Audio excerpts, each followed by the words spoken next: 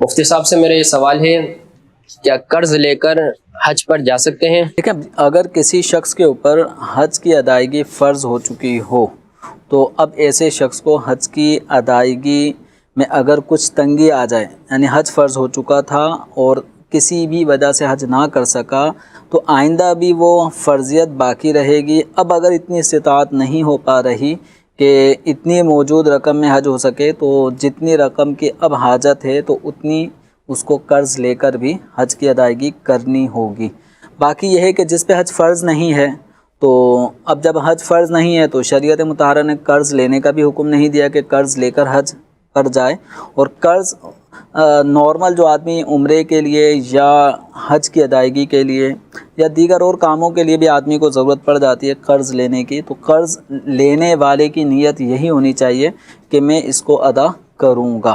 اور جب آدمی قرض کی ادائیگی کی نیت سے قرض لیتا ہے تو اللہ تبارک و تعالیٰ اس قرض کی ادائیگی میں اس کی مدد فرماتا ہے۔ ٹھیک ہے۔ اچھا، کچھ لوگ کہتے ہیں کہ عبادت کا معاملہ ہے تو قرض لیے تو ہوگی نہیں، ادا ہی نہیں ہوگی۔ اب وہ چاہے قربانی کے وقت پہ بھی ایسا موقع آتا ہے اور اسی طرح یہ حج کے مواقع پر بھی، یا ویسے ہی اس نے قرضہ لیا ہوا ہے تو جن کا قرضہ ہے وہ پیسے ان کو نہیں دے رہا اور یہ عمرے کر رہا ہے یا حج کر رہا ہے، تو ایسے میں شریعت کچھ کہے گی انہیں؟ قرض لینے والے پر قرض دینے والے کا ایک احسان ہوتا ہے کہ کسی شخص کی مجبوری کے پیش نظر کوئی آدمی 1,50,000 یہ قرض دے دیتا ہے۔ اب قرض جس نے لے لیا، اب یہ اس کی ذمہ داری ہے کہ جو وقت اس نے دیا ہے قرض کی ادائیگی کا، اس وقت سے پہلے یا اس وقت کے آنے پر قرض کی ادائیگی کر دیں، کہ ایک احسان کا بدلہ ایک احسان، کہ اس نے احسان کیا، اب آپ کی ذمہ داری ہے کہ وقت پہ قرض کی ادائیگی کر دیں۔ اب اگر وقت پہ قرض کی ادائیگی نہیں کی اور ٹال مٹولیا، پیسے نہیں ہیں، کام دھندہ نہیں چل رہا، اب اس دوران عمرے پہ جانے کا ہوا تو عمرے پہ بھی جا رہے ہیں،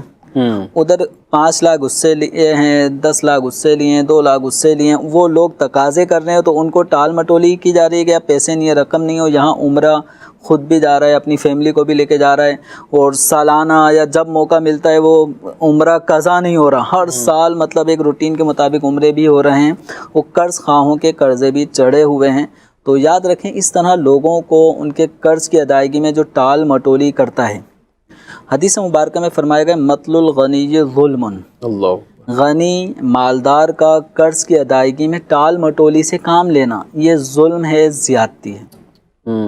اب قرض جن حضرات کا لیا ہے ان حضرات کو جب پتہ چلتا ہے کہ حضرت جو ہے وہ حج پہ گئے ہوئے،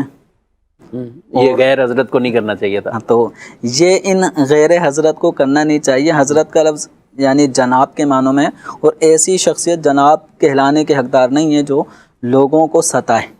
لوگوں کے قرض دبائیں۔ تو لوگوں کا قرض ادا کریں اور جیتے جی ہی قرض ادا کریں۔